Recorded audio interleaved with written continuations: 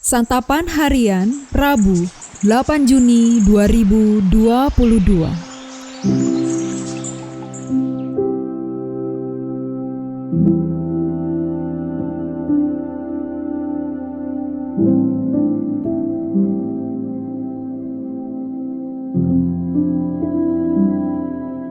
Inilah program Santapan Harian, sebuah program yang mengajak Anda menelusuri isi Alkitab, agar Anda menemukan makna firman Tuhan sesuai dengan konteksnya. Santapan Harian tertuju bagi Anda yang ingin memiliki kehidupan rohani yang segar, kuat, dan sigap.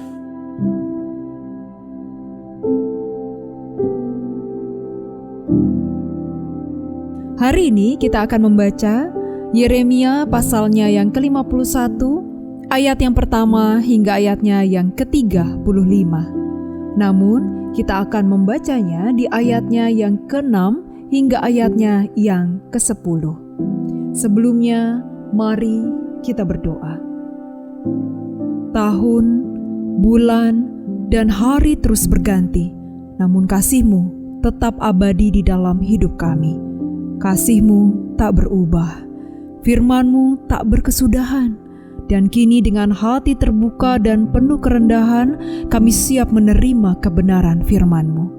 Di dalam nama-Mu, Yesus Kristus, kami berdoa. Amin. Yeremia 51 ayat 6-10. Larilah dari tengah-tengah Babel, hendaklah setiap orang menyelamatkan nyawanya, supaya kamu jangan tertumpas karena kesalahannya.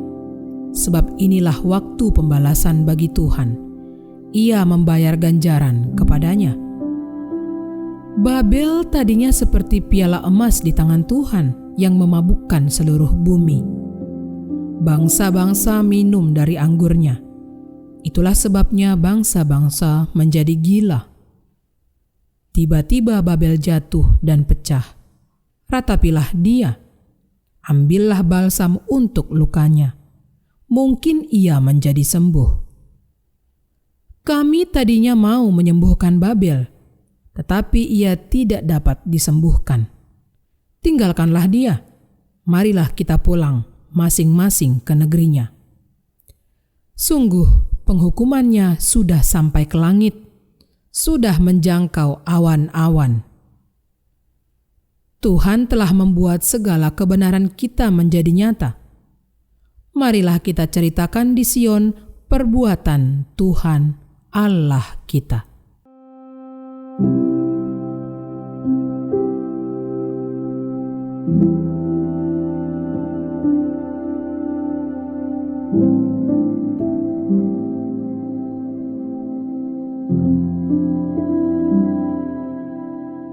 Sahabat Santapan Harian, teks bacaan hari ini memperlihatkan Allah yang senantiasa setia dan tidak pernah meninggalkan umat-Nya.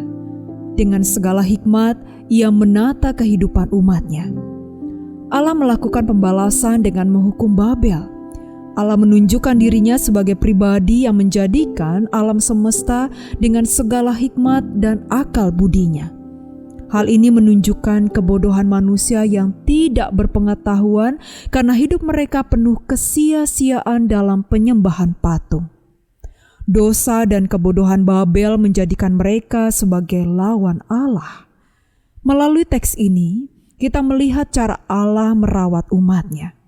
Allah mengingatkan kembali bahwa Ia adalah Tuhan, Allah pencipta yang dalam segala hikmat-Nya mengatur tatanan dan kehidupan alam semesta. Hikmat Tuhan sama sekali tak dapat disandingkan dengan kebodohan manusia yang menyembah patung. Melalui tindakannya atas Babel, Tuhan ingin menyampaikan pesan bahwa ada Allah pencipta langit dan bumi. Ia mampu meluluh lantakkan Babel dalam segala kemegahannya. Babel tak boleh bermegah karena mereka bisa menghancurkan Yerusalem, membuang umat, dan menghancurkan bait sucinya.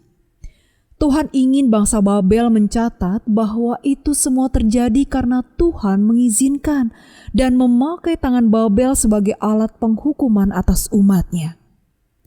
Tuhan bukan hanya ingin menunjukkan kemahakuasaannya, namun terlebih lagi, Ia ingin menyampaikan hikmat-Nya agar umat Tuhan sadar akan kasih sayang-Nya dan bertobat. Tuhan, Allah kita, kaya dalam segala hikmat. Hal ini sudah dibuktikan dalam setiap detail kehidupan alam semesta. Marilah kita bersandar pada hikmat Tuhan dengan menempatkan diri kita di bawah otoritas-Nya. Mari kita membuka hati dan membiarkan Tuhan melakukan perbuatannya dalam hidup kita, sehingga kita dapat memegahkan Tuhan. Hasilnya, kita menjadi umat-Nya dan bukan lawannya. Marilah kita tunduk dan bersandar pada-Nya yang selalu memperhatikan dan menuntun kita dengan penuh kasih. Mari kita berdoa. Tuhan, mampukan kami senantiasa bersandar kepadamu, agar kami tidak salah langkah. Di dalam nama-Mu Yesus Kristus, kami berserah. Amin.